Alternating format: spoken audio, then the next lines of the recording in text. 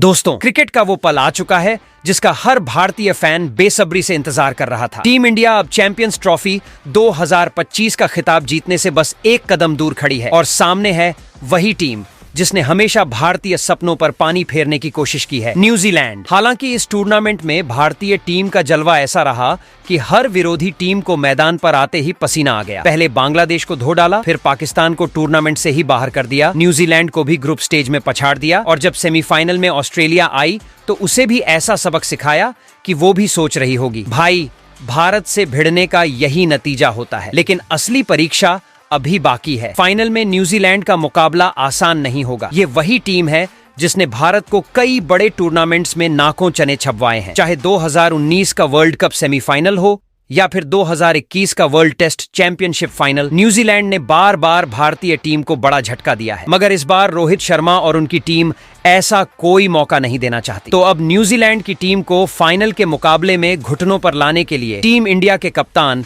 रोहित शर्मा और head coach Gautam गंभीर ने फाइनल के लिए जो प्लान बनाया है वो न्यूजीलैंड को हिलाकर रख देगा। जी हां दोस्तों, कप्तान रोहित शर्मा और कोच गौतम गंभीर ने फाइनल मुकाबले के लिए अपनी सबसे खतरनाक प्लेइंग 11 को घोषित कर दिया है, जहां पर अपनी इस प्लेइंग 11 से 2 से 3 पुराने डीले खिलाड़ियों को प्लेइंग 11 से बाहर कर उनकी जगह पर अब मैदान में उतरेंगे वो खिलाड़ी जो पूरे दमखम से खेलेंगे। इसके अलावा 2 घातक खिलाड़ी जो चोट की वजह से बाहर थे अब फिट होकर वापस आ चुके हैं और उनके आते ही टीम इंडिया और भी ज्यादा खतरनाक हो गई है। बल्लेबाजी में तगड़ा विस्फोट, गेंदबाजी में कहर और फील्डिंग में बिजली जैसी तेजी, यानी भारतीय टीम ने न्यूजीलैंड को चौंकाने के लिए पूरी तैयारी कर ली है। जी हां दोस्तों, जैसा कि आपको पता है न्यूजीलैंड की टीम हमेशा भारत के लिए सिरदर्द रही है, लेकिन इस बार रोहित शर्मा एंड कंपनी ने उनके लिए कुछ अलग ही प्लान बना रखा है। चाहे विराट कोहली का अनुभव हो, शुभमन गिल और वरुण चक्रवर्ती का युवा जोश, या फिर हार्दिक पांड्या की ऑलराउंडर ताकत हो,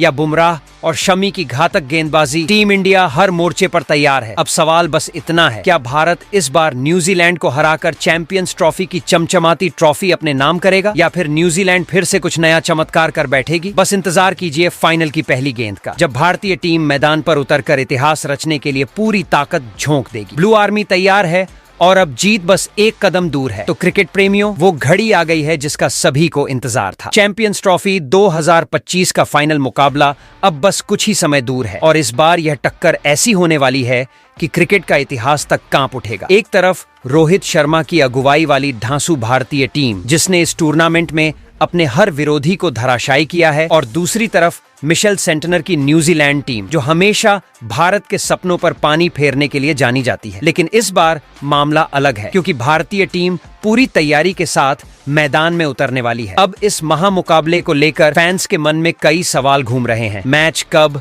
कहां और कितने बजे शुरू होगा? लाइव टेलीकास्ट और फ्री में स्ट्रीमिंग कहां मिलेगी? पिच कैसी होगी? क्या बल्ले से चौके छक्कों की आतिशबाजी होगी या गेंदबाज मचाएंगे कहर? भारत और न्यूजीलैंड का अब तक का रिकॉर्ड कैसा रहा है?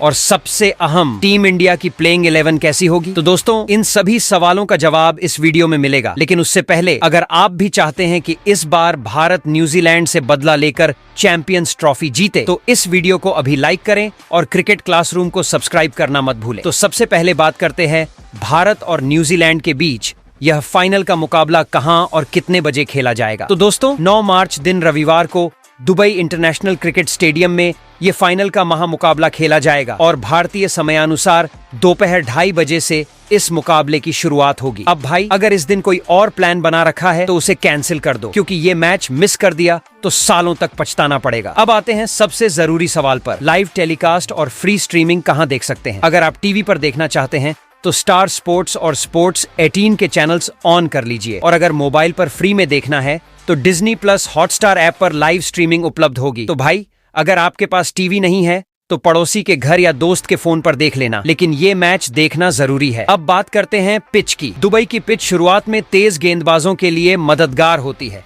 यानी कि पहले 10 ओवर बल्लेबाजों के लिए सबसे बड़ी परीक्षा होंगे। अगर टीम इंडिया के तेज गेंदबाजों ने सही लाइन लेंथ से गेंदबाजी की तो न्यूजीलैंड के टॉप ऑर्डर की शामत आ सकती है, लेकिन जैसे जैसे मैच आगे बढ़ेगा पिच बल्लेबाजों के लिए बेहतर होती जाएगी और बड़े स्कोर की उम्मीद की जा सकती है। वहीं पर अब अगर दुबई इंटरनेशनल क्रिकेट स्टेडियम में आज तक खेले गए वनडे मुकाबले में आंकड़ों की बात करें तो अब तक दुबई इंटरनेशनल क्रिकेट स्टेडियम में कुल 59 वनडे मुकाबले खेले जा चुके हैं। इस मैदान की दिलचस्प बात यह है कि यहाँ रन बनाने से ज्यादा रन का पीछा करना आसान रहा है, यानी कि जो भी टीम टॉस जीतेगी वो पहले गेंदबाजी करने का मन बना सकती है। तो टॉस इस मैच का गेम चेंजर साबित हो सकता है। वजह 22 बार पहले बल्लेबाजी करने वाली टीम जीती है, जबकि 35 बार लक्ष्य का पीछा करने वाली टीम ने बाजी मारी है। मतलब साफ है, जो टारगेट सेट करने की सोच रहे हैं उन्हें कड़ी मेहनत करनी होगी। अब बात करें औसत स्कोर की, तो पहली पारी में यहाँ का एवरेज स्कोर 218 रन है, यानी कि अगर बैटिंग करने वाली टीम ने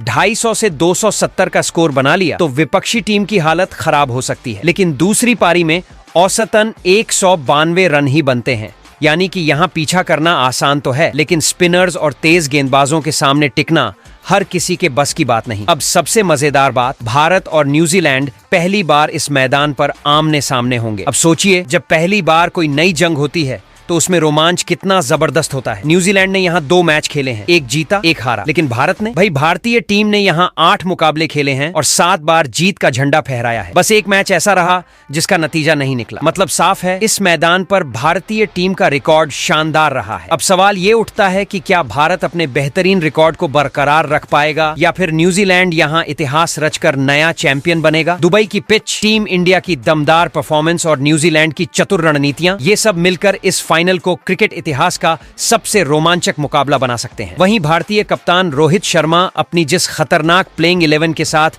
न्यूजीलैंड की टीम को फाइनल के मुकाबले निस्तानाबूद करने उतरने वाले हैं, उस ढांसू और खतरनाक प्लेइंग 11 की बात करने से पहले आपको बताते हैं क्या है दोनों टीमों के बीच आज तक खेले गए वनडे मुकाबले में जीत और हार के आंकड़े। तो इतिहास के पन्नों पर नजर डालें तो वनडे मुकाबलों में अब तक भारत और न्यूजीलैंड ने अब तक दोनों टीमें कुल 118 बार आमने सामने आई हैं, जिसमें भारत ने 60 बार जीत हासिल की है और न्यूजीलैंड ने 50 बार बाजी मारी है। 7 मुकाबले ऐसे भी रहे जो बिना नतीजे के खत्म हुए। मतलब कागज पर देखें तो भारत का रिकॉर्ड बेहतर है, लेकिन क्रिकेट सिर्फ आंकड़ों का खेल नहीं होता। मैदान पर असली जंग तो अब होगी। अब देखना यह है कि क्या इस बार भारत इतिहास रच पाएगा या फिर न्यूजीलैंड कोई नया उलटफेर करेगा। तो दोस्तों, अब वो वक्त आ गया है जब मैदान पर असली टकराव होगा। चैंपियंस ट्रॉफी 2025 का फाइनल और सामने वही न्यूजीलैंड जिसने भारत के क्रिकेट सफर में कई बार अड़ंगे डाले हैं। लेकिन इस बार भारतीय कप्तान रोहित शर्मा ने ठान लिया है कि कोई गलती नहीं होगी, कोई कोताही नहीं बरती जाएगी और मैदान में उतरेगी एक ऐसी प्लेइंग 11 जो न्यूजीलैंड के अरमानों को चकनाचूर कर देगी। अब अगर टीम इंडिया की प्लेइंग 11 की बात करें तो रोहित शर्मा ने इस बार अपनी सेना को और भी ज्यादा घातक बना दिया है। न्यूजीलैंड को हल्के में लेने का सवाल ही नहीं उठता, इसलिए इस बार कुछ पुराने खिलाड़ियों को बाहर का रास्ता दिखाया गया है और उनकी जगह ऐसे तूफानी प्लेयर्स आए हैं जो मैच का रुख पलटने की ताकत रखते हैं। और जब बात ओपनिंग की हो तो एक बार फिर मैदान में उतरेंगे 2 दाएं हाथ के खूंखार ओपनर्स जो पहली ही गेंद से न्यूजीलैंड के गेंदबाजों की नींद उड़ाने वाले हैं। गेंद सीम हो, स्विंग हो या स्पिन, इन दोनों को कोई फर्क नहीं पड़ता, बस बल्ला घुमाते हैं और गेंद सीधे बाउंड्री पार। तो टीम इंडिया की प्लेइंग 11 में सबसे पहले नंबर 1 पर पहले ओपनर बल्लेबाज के तौर पर रोहित शर्मा खेलते नजर आएंगे। भारतीय कप्तान रोहित शर्मा एक बार फिर से मैदान पर जलवा बिखेरने को तैयार हैं। अब तक इस चैंपियंस ट्रॉफी में उनका बल्ला कभी गरजा, कभी शांत रहा, लेकिन असली आग तो अभी लगनी बाकी है और क्या पता वो आग फाइनल में ही लगे। अब तक के सफर की बात करें तो रोहित का प्रदर्शन थोड़ा ऊपर नीचे रहा है। बांग्लादेश के खिलाफ जहां उन्होंने 41 रन की तेज तर्रार पारी खेली थी, वहीं पाकिस्तान के खिलाफ उनका बल्ला सिर्फ 20 रन बोल पाया। न्यूजीलैंड के खिलाफ तो 15 रन बनाकर ही चलते बने,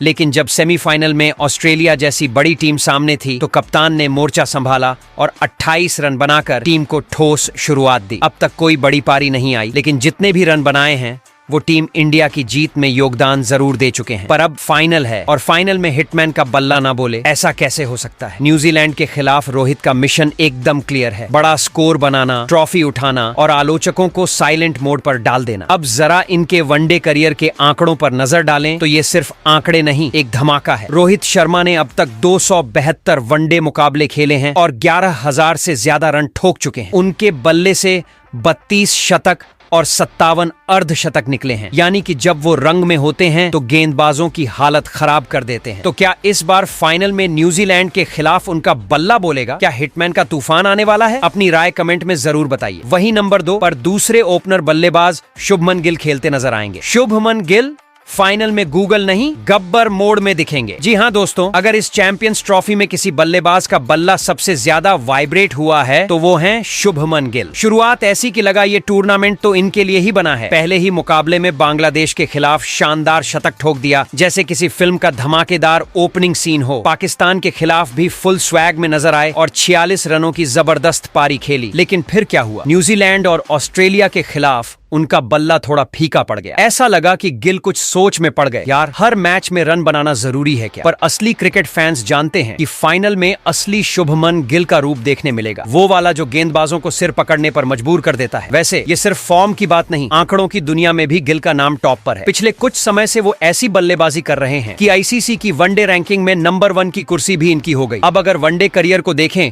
तो सिर्फ 54 मैचों में ही लगभग 2800 रन ठोक दिए हैं, और वो भी 60 की जबरदस्त औसत से। 8 बार शतक और 15 बार अर्धशतक झड़कर ये साफ कर दिया कि वो सिर्फ फ्यूचर स्टार नहीं बल्कि प्रेजेंट सुपरस्टार हैं। तो अब सवाल ये है, फाइनल में गिल की बैटिंग में फिर से गूगल जैसा एल्गोरिदम दिखेगा जहां वो हर गेंद का सही जवाब देंगे, या फिर वो गब्बर मोड में आकर न्यूजीलैंड के गेंदबाजों को मैदान के चारों तरफ भगाएंगे? वही नंबर 3 पर मिडिल ऑर्डर के सबसे तगड़े बल्लेबाज विराट कोहली खेलते नजर आएंगे। तो दोस्तों, क्रिकेट का सबसे बड़ा मुकाबला सामने है, और जब मैदान पर विराट कोहली होंगे तो आप समझ ही सकते हैं कि न्यूजीलैंड के गेंदबाजों की रातों की नींद उड़ चुकी होगी। इस चैंपियंस ट्रॉफी में विराट का बल्ला कभी गूगल की तरह हर सवाल का जवाब देता दिखा तो कभी साइलेंट मोड में चला गया। लेकिन भाई, विराट कोहली हैं, और विराट जब फॉर्म में आते हैं तो सामने वाली टीम का नेटवर्क डाउन होना तय है। टूर्नामेंट की शुरुआत थोड़ी ठंडी रही। पहले मैच में बांग्लादेश के खिलाफ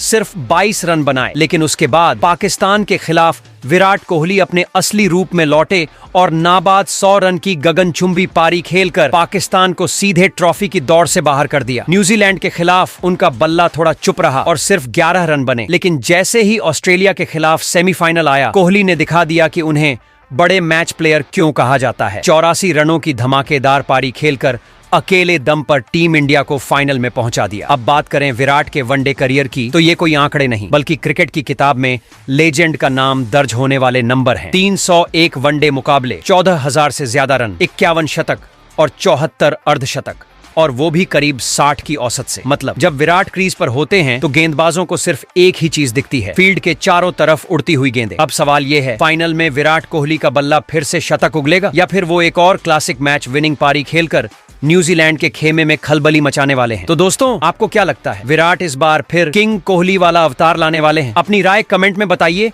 और अगर आप भी विराट कोहली की मास्टर क्लास देखने के लिए एक्साइटेड हैं तो इस वीडियो को लाइक और शेयर करना मत भूलिए। वही नंबर 4 पर मिडिल ऑर्डर के दूसरे सबसे तगड़े बल्लेबाज श्रेयस अय्यर खेलते नजर आएंगे। तो दोस्तों, अगर टीम इंडिया के मिडिल ऑर्डर को कोई सीमेंट की तरह मजबूत बना रहा है तो वो है श्रेयस अय्यर। लंबे समय बाद टीम में वापसी करने वाले अय्यर ने इस चैंपियंस ट्रॉफी में बल्ले से ऐसा कमबैक शो किया कि विरोधी टीमों के बॉलर्स अभी तक रिवाइंड करके उनकी बैटिंग देख रहे होंगे। टूर्नामेंट की शुरुआत थोड़ी सॉफ्ट ओपनिंग वाली रही। बांग्लादेश के खिलाफ सिर्फ 15 रन बनाए, लेकिन इसके बाद तो जैसे श्रेयस अय्यर का डाउनलोड पूरा हुआ और फिर उन्होंने फुल स्पीड से रन बरसाने शुरू कर दिए। पाकिस्तान के खिलाफ 56 रनों की दमदार पारी, न्यूजीलैंड के खिलाफ 69 रनों का क्लास शो, और फिर सेमीफाइनल में ऑस्ट्रेलिया के खिलाफ 45 रन की तूफानी इनिंग, ये बता दिया कि बड़े मुकाबलों में उनकी मौजूदगी कितनी जरूरी है। अब जरा वनडे करियर पर एक नजर डालें। 69 मुकाबले, लगभग 2800 रन, 5 शतक और 22 अर्धशतक। मतलब जब अय्यर क्रीज पर होते हैं तो बॉलर्स के लिए यही दुआ करनी पड़ती है कि भगवान कोई जल्दी से कैच छोड़वा दो। लेकिन श्रेयस का खेल ही ऐसा है, क्लास भी, आक्रमण भी और स्टाइल भी। अब सवाल ये उठता है कि फाइनल में श्रेयस अय्यर का बल्ला फिर से न्यूजीलैंड के खिलाफ बोलेगा, या इस बार कोई फुल ब्लॉकबस्टर शतक आने वाला है। वही प्लेइंग 11 में नंबर 5 पर विकेट कीपर बल्लेबाज के तौर पर लोकेश राहुल खेलते नजर आएंगे। तो दोस्तों, जब भी टीम इंडिया मुश्किल में होती है तब एक बल्लेबाज ऐसा होता है जो बिना हड़बड़ाए, बिना किसी दिखावे के मैं हूं ना वाला आत्मविश्वास लेकर आता है लोकेश राहुल। विकेट कीपर भी, अंतिम ओवरों का विशेषज्ञ भी, और जरूरत पड़ने पर तकनीकी रूप से सशक्त बल्लेबाज भी। मतलब एक खिलाड़ी में 3 अतिरिक्त गुण मिल जाएं तो टीम इंडिया को किसी विशेष सदस्यता की जरूरत ही नहीं पड़ती। प्रतियोगिता से पहले लोकेश राहुल का फॉर्म थोड़ा वाईफाई सिग्नल जैसा था, कभी तेज, कभी धीमा, कभी गायब। लेकिन जैसे ही चैंपियंस ट्रॉफी में उन्हें मुख्य 11 में जगह मिली, उन्होंने बल्ले से ऐसा संपर्क मजबूत किया कि हर मैच में टीम इंडिया को एक भरोसेमंद पारी मिलती गई। बांग्लादेश के खिलाफ नाबाद 41 रन, न्यूजीलैंड के खिलाफ 33 रन और फिर सेमीफाइनल में ऑस्ट्रेलिया के खिलाफ एक और नाबाद 42 रन। मतलब जब टीम को सबसे ज्यादा जरूरत थी, तब राहुल भाई ने अपने बल्ले से जीवन रक्षक प्रणाली चालू कर दी। पाकिस्तान वाले मैच में बल्लेबाजी का मौका नहीं मिला, लेकिन बाकी मैचों में जो भी किया वो टीम इंडिया के जीतने की गारंटी बन गया। अब आंकड़ों की दुनिया में देखें तो 84 एक दिवसीय मुकाबले, 3000 से ज्यादा रन, 7 शतक और 18 अर्धशतक। मतलब राहुल का बल्ला जब बोलता है तो बड़े बड़े गेंदबाजों को कोई संकेत नहीं दिखने लगता है। वैसे दोस्तों, आपको क्या लगता है, लोकेश राहुल और ऋषभ पंत में ज्यादा बेहतर वनडे फॉर्मेट का विकेटकीपर बल्लेबाज कौन है? वहीं नंबर 6 पर ऑलराउंडर खिलाड़ी हार्दिक पांड्या खेलते नजर आएंगे। अब जरा सोचिए, एक खिलाड़ी जो बल्लेबाजी में चौकों छक्कों की आतिशबाजी कर सकता है, गेंदबाजी में बल्लेबाजों को उलझा सकता है और फील्डिंग में बिजली की रफ्तार से कैच पकड़ सकता है। भाई, ये कोई आम इंसान नहीं, ये तो तीनों विभागों का महारथी है और नाम है हार्दिक पांड्या। इस चैंपियंस ट्रॉफी में भले ही उन्होंने अपनी बल्लेबाजी में थोड़ी समझदारी दिखाई हो, लेकिन जरूरत पड़ते ही उन्होंने अपनी पुरानी वाली धुआंधार स्टाइल भी दिखा दी। न्यूजीलैंड के खिलाफ जब टीम थोड़ी मुश्किल में थी, तो हार्दिक भाई सुपर हीरो बनकर आए और ऐसे 45 रन ठोके कि कीवी गेंदबाजों को लगा ये तो प्लेयर नहीं, तबाही का दूसरा नाम है। और फिर जब सेमीफाइनल में ऑस्ट्रेलिया ने टीम इंडिया पर दबाव बनाया, तब पांड्या ने मूड ऑन किया और ताबड़तोड़ 28 रन ठोककर यह जता दिया कि भाई साहब, फाइनल का टिकट हमारी जेब में ही रहेगा। अब बैटिंग तो एक चीज है, लेकिन बॉलिंग का क्या भाई, वो भी जबरदस्त। इस टूर्नामेंट में अब तक 4 विकेट झटक चुके हैं और गेंदबाजी ऐसी कंजूसी से कर रहे हैं कि बल्लेबाजों को रन बनाने के लिए लोन लेना पड़े। उनकी गेंदों में स्विंग भी है, रफ्तार भी है और सबसे खतरनाक चीज, अचानक से बल्लेबाज को सरप्राइज देने की क्षमता भी है। यानी सामने वाला सोच भी नहीं पाता कि अगली गेंद में कैच आउट होना है या बोल्ड। अब अगर उनके वनडे करियर के आंकड़ों पर नजर डालें तो 92 मुकाबले, 90 विकेट, 1900 से ज्यादा रन और 11 अर्धशतक। मतलब पांड्या भाई का बल्ला जब चलता है तो गेंदबाजों का हाल गणित के पेपर में बिना तैयारी वाले बच्चे जैसा हो जाता है। बस भगवान भरोसे बैठे रहते हैं। अब असली सवाल ये है, क्या न्यूजीलैंड हार्दिक पांड्या को रोक पाएगा? और इसका जवाब है नहीं भाई, भूल जाओ। क्योंकि जब वो बैटिंग करेंगे तो चौके छक्कों की बरसात होगी और जब गेंदबाजी करेंगे तो बल्लेबाजों के पास सिर्फ अवेलियन लौटने का टिकट बचेगा। तो तैयार हो जाइए उस धमाकेदार फाइनल के लिए, जहाँ हार्दिक पांड्या का तूफान उठेगा और न्यूजीलैंड के खिलाड़ी बस यही सोचेंगे, भाई अगली फ्लाइट से घर निकलने क्या। वही नंबर 7 पर दूसरे ऑलराउंडर खिलाड़ी अक्षर पटेल खेलते नजर आएंगे। क्रिकेट में कुछ खिलाड़ी होते हैं जो हर समय सुर्खियों में रहते हैं और कुछ ऐसे होते हैं जो चुपचाप आते हैं, बवाल मचाते हैं और बिना ज्यादा हल्ला गुल्ला किए काम तमाम कर देते हैं। अक्षर पटेल दूसरी कैटेगरी में आते हैं, यानी कम बोलने वाला, ज्यादा विकेट लेने वाला प्लेयर। अब जरा चैंपियंस ट्रॉफी में उनका जलवा देखिए। बांग्लादेश के खिलाफ आते ही 2 विकेट निकालकर बता दिया कि भाई मैं बस घूमने नहीं आया, बल्कि गेंद भी घुमाऊंगा। और जब वो गेंदबाजी करते हैं तो बल्लेबाज पहले सोचते हैं, अरे ये तो सीधे हाथ से बॉल फेंक रहा है, आसान होगा। लेकिन तभी बॉल ऐसी घूमती है कि स्टंप हवा में उड़ जाते हैं और बल्लेबाज का चेहरा ऐसा हो जाता है जैसे उसने गलती से बिना शक्कर की चाय पी ली हो। अब पाकिस्तान वाले मुकाबले की बात करें तो वहां भी अक्षर भाई ने अपनी फिरकी से बल्लेबाजों को उलझाकर एक विकेट झटक लिया और रन भी रोके, क्योंकि भाई की बॉलिंग इतनी टाइट होती है कि बल्लेबाजों को रन बनाने के लिए क्रेडिट कार्ड से उधार लेना पड़े। फिर आया न्यूजीलैंड का मैच। टीम इंडिया मुश्किल में थी, लेकिन अक्षर पटेल ने 41 रनों की धांसू पारी खेलकर खुद को सिर्फ बॉलिंग मशीन नहीं बल्कि ऑलराउंडर पैकेज भी साबित कर दिया। लेकिन असली मजा तब आया जब सेमीफाइनल में ऑस्ट्रेलिया के खिलाफ उन्हें ऊपर भेजा गया और भाई ने बिना घबराए 27 रनों की धमाकेदार पारी खेल दी। और गेंदबाजी में भी ऐसी कंजूसी दिखाई कि कंगारू बल्लेबाजों को लगा, यार ये तो 1 रन देने में भी 100 बार सोच रहा है। अब असली धमाका फाइनल में होगा, जब अक्षर पटेल की फिरकी का जादू चलेगा और न्यूजीलैंड के बल्लेबाजों के पास सिर्फ 2 ऑप्शन होंगे, या तो आउट हो जाओ या फिर आउट होने का कोई बहाना बना लो। तो तैयार हो जाइए, क्योंकि इस बार अक्षर पटेल की गेंदें ऐसी घूमने वाली हैं कि बल्लेबाज सोचेंगे, भाई ये बॉल थी या कोई तांत्रिक मंत्र। वही नंबर 8 पर तीसरे ऑलराउंडर खिलाड़ी रविंद्र जडेजा खेलती नजर आएंगे। क्रिकेट की दुनिया में 3 तरह के खिलाड़ी होते हैं, एक जो सिर्फ बल्ले से रन बरसाते हैं, दूसरे जो गेंद से कहर बरपाते हैं और तीसरे जो फील्डिंग में बाज की तरह नजरें गड़ाए रहते हैं। लेकिन फिर आता है जड्डू, यानी रविंद्र जडेजा, जो इन तीनों को मिलाकर ऑल इन वन पैकेज बन जाते हैं। बैटिंग में ढाकड़, बॉलिंग में जबरदस्त और फील्डिंग में ऐसा जादूगर कि बल्लेबाज शॉट खेले या न खेले, रन लेना हर हाल में रिस्की हो जाता है। अब चैंपियंस ट्रॉफी में ही देख लीजिए, पाकिस्तान के खिलाफ मौका मिला तो ऐसी कंजूसी वाली गेंदबाजी की कि बल्लेबाजों को लगा कि ये रन नहीं बल्कि बैंक का लोन देने बैठा है। भले ही सिर्फ एक विकेट लिया, लेकिन रन रोकने की कला में मास्टर क्लास दे डाली। फिर न्यूजीलैंड के खिलाफ आया तो बल्ले से भी हाथ दिखा दिए। 16 रनों की झन्नाटेदार पारी खेली और गेंदबाजी में भी एक विकेट चटकाकर कीवी टीम को ऐसा झटका दिया कि उन्हें लगा भाई हमसे क्या गलती हो गई। और फिर आया ऑस्ट्रेलिया के खिलाफ सेमीफाइनल।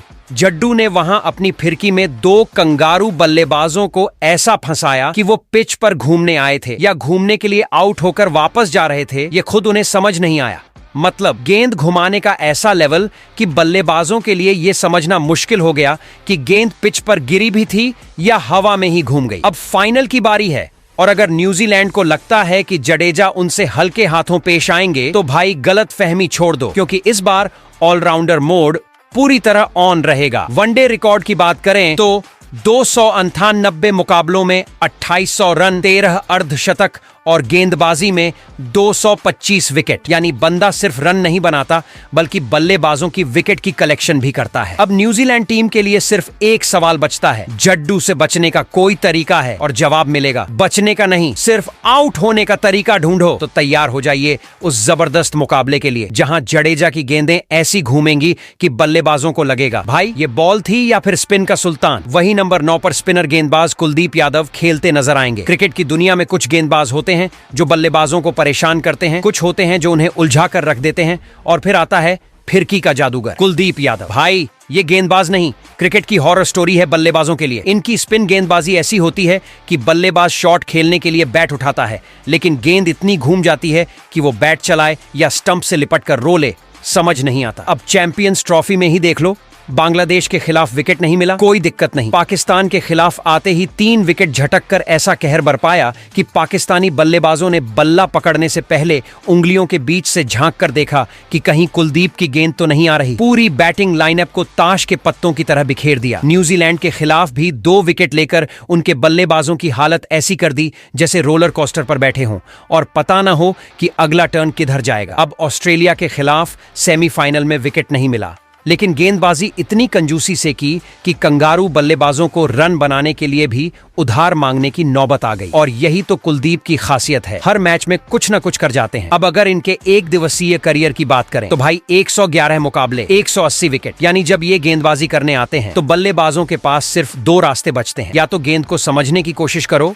और बोल्ड हो जाओ, या फिर बैकफुट पर खेलो और कैच आउट हो जाओ। अब फाइनल में न्यूजीलैंड के खिलाफ फिर से ये जादूगर मैदान में उतरेगा और तय मानिए कि इस बार गेंद ऐसी घूमेगी कि कीवी बल्लेबाज सोचेंगे भाई ये बॉलिंग कर रहा है या कोई ऑप्टिकल इल्यूजन दिखा रहा है। तो तैयार हो जाइए, क्योंकि कुलदीप यादव की फिरकी का भूकंप फाइनल में तबाही मचाने वाला है। वही नंबर 10 पर तेज गेंदबाज जसप्रीत बुमराह खेलते नजर आ सकते हैं। क्रिकेट की दुनिया में कुछ गेंदबाज विकेट लेने के लिए गेंदबाजी करते हैं और फिर आते हैं जसप्रीत बुमराह, जो सिर्फ विकेट नहीं लेते बल्लेबाजों की आत्मा हिला देते हैं। इनकी गेंदबाजी देख लो तो लगता है जैसे कोई कंप्यूटर प्रोग्राम है, जहां बल्लेबाज के हर मूव का तोड़ पहले से तैयार रहता है। और जब यॉर्कर डालते हैं तो ऐसा लगता है जैसे गेंद सीधा स्टंप से डेटिंग करने निकली हो। अब तक की चैंपियंस ट्रॉफी में बुमराह पहले 3 मैचों में चोट के चलते नहीं खेल पाए, लेकिन अब फाइनल में उनकी वापसी लगभग तय है। और अगर बुमराह वापसी करते हैं तो भाई कीवी बल्लेबाजों को अभी से नींद में झटके लगने शुरू हो गए होंगे। बुमराह की गेंदबाजी का मजा ही कुछ और है। बल्लेबाज सोचता है कि चलो पहली गेंद समझकर खेलेंगे, और बुमराह सीधे यॉर्कर मार देते हैं। अगली गेंद पर बल्लेबाज खुद को संभालता है तो बुमराह बाउंसर फेंक देते हैं, और जब तक बल्लेबाज कुछ सोच पाए तीसरी गेंद में स्टंप उखड़ चुका होता है। यानी प्लान बनाने से पहले ही प्लान फेल। अब अगर इनके एक दिवसीय करियर की बात करें तो जनाब अब तक 89 मुकाबलों में 150 विकेट उड़ा चुके हैं। यानी बुमराह जब गेंदबाजी करते हैं तो बल्लेबाजों की हालत वैसी हो जाती है जैसे मैथ के एग्जाम में बिना तैयारी पहुंचे छात्र की बस भगवान भरोसे। और सबसे खतरनाक चीज, इनकी यॉर्कर इतनी परफेक्ट होती है कि बल्लेबाज सिर्फ 2 चीज कर सकता है, या तो बैट नीचे रखकर खुद को बचाने की कोशिश करे, या फिर बिना देखे बल्ला घुमा दे और खुद भी न जाने कि गेंद कहां गई। अब जब फाइनल में बुमराह उतरेंगे तो कीवी बल्लेबाजों के पास सिर्फ 2 ऑप्शन होंगे, या तो स्टंप से लिपट कर रो लें या फिर पवेलियन की राह पकड़ लें। तो तैयार हो जाइए, क्योंकि जसप्रीत बुमराह की वापसी मतलब गेंदबाज नहीं गेंदबाजी की सुनामी आ रही है। वही नंबर 11 पर स्पिनर गेंदबाज वरुण चक्रवर्ती खेलते नजर आएंगे। क्रिकेट में कुछ गेंदबाज ऐसे होते हैं जिन्हें बल्लेबाज पढ़ लेते हैं, फिर कुछ ऐसे होते हैं जो बल्लेबाजों को उलझा देते हैं, और फिर आता है वरुण चक्रवर्ती जो बल्लेबाजों को ऐसा कंफ्यूज कर देते हैं कि उन्हें खुद समझ नहीं आता कि बैटिंग कर रहे हैं या जादूगरनी से हाथ दिखवाने आए हैं। अब तक की चैंपियंस ट्रॉफी में वरुण को पहले 2 मुकाबलों में मौका नहीं मिला, लेकिन जैसे ही उन्हें न्यूजीलैंड के खिलाफ प्लेइंग 11 में एंट्री मिली, उन्होंने ऐसा जलवा बिखेरा कि कीवी बल्लेबाजों की हालत गणित की सबसे कठिन पहेली जैसी हो गई, जिसका हल ढूंढने में सिर्फ माथा घूम सकता था। मैच फंसा हुआ था, न्यूजीलैंड के बल्लेबाज मैदान पर सेट थे और इंडिया के हाथ से मुकाबला फिसलता जा रहा था। लेकिन तभी वरुण चक्रवर्ती आए और ऐसी फिरकी डाली कि कीवी बल्लेबाजों के बल्ले से ज्यादा उनके दिमाग के गियर घूमने लगे। 5 विकेट लेकर उन्होंने न्यूजीलैंड की बैटिंग लाइनअप को ऐसे तोड़कर रख दिया जैसे कोई बच्चे ने अपनी साइंस प्रोजेक्ट को गुस्से में उठाकर पटक दिया हो। अब अगर आप सोच रहे हैं कि ये बस एक मैच का जलवा था, तो गलत सोच रहे हैं। ऑस्ट्रेलिया के खिलाफ सेमीफाइनल में भी वरुण चक्रवर्ती ने 2 विकेट झटक कर साबित कर दिया कि उनकी गेंदबाजी महज एक इत्तेफाक नहीं,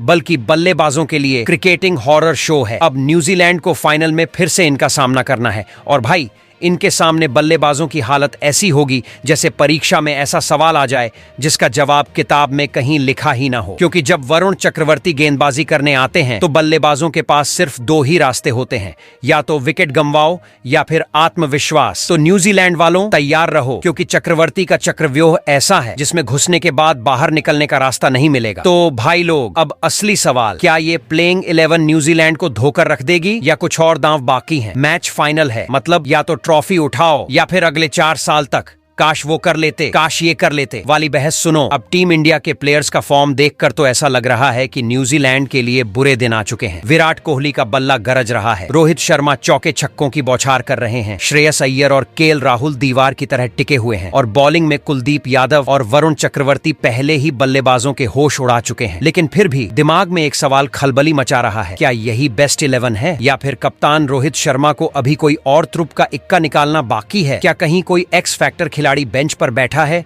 जिसे मैदान पर उतारते ही न्यूजीलैंड के प्लेयर्स अबे ये कहां से आ गया टाइप रिएक्शन देंगे? अब देखो, फाइनल में हर चाल मायने रखती है, छोटी सी गलती भी भारी पड़ सकती है और एक मास्टर स्ट्रोक से पूरी गेम बदल सकती है। तो सोचो और बताओ, अगर तुम टीम के सेलेक्टर होते तो प्लेइंग 11 में कोई बदलाव करते, या फिर इस टीम से ही न्यूजीलैंड को धूल चटाने का सपना देखते? कमेंट में बताओ अपनी ड्रीम प्लेइंग 11, और ये भी कि क्या ये टीम न्यूजीलैंड को फाइनल में हराकर इतिहास रच सकती है, या फिर रोहित शर्मा को कोई और मास्टर स्ट्रोक खेलने की जरूरत है? तो दोस्तों बोलो, टीम सेट है या कुछ तड़का और लगेगा?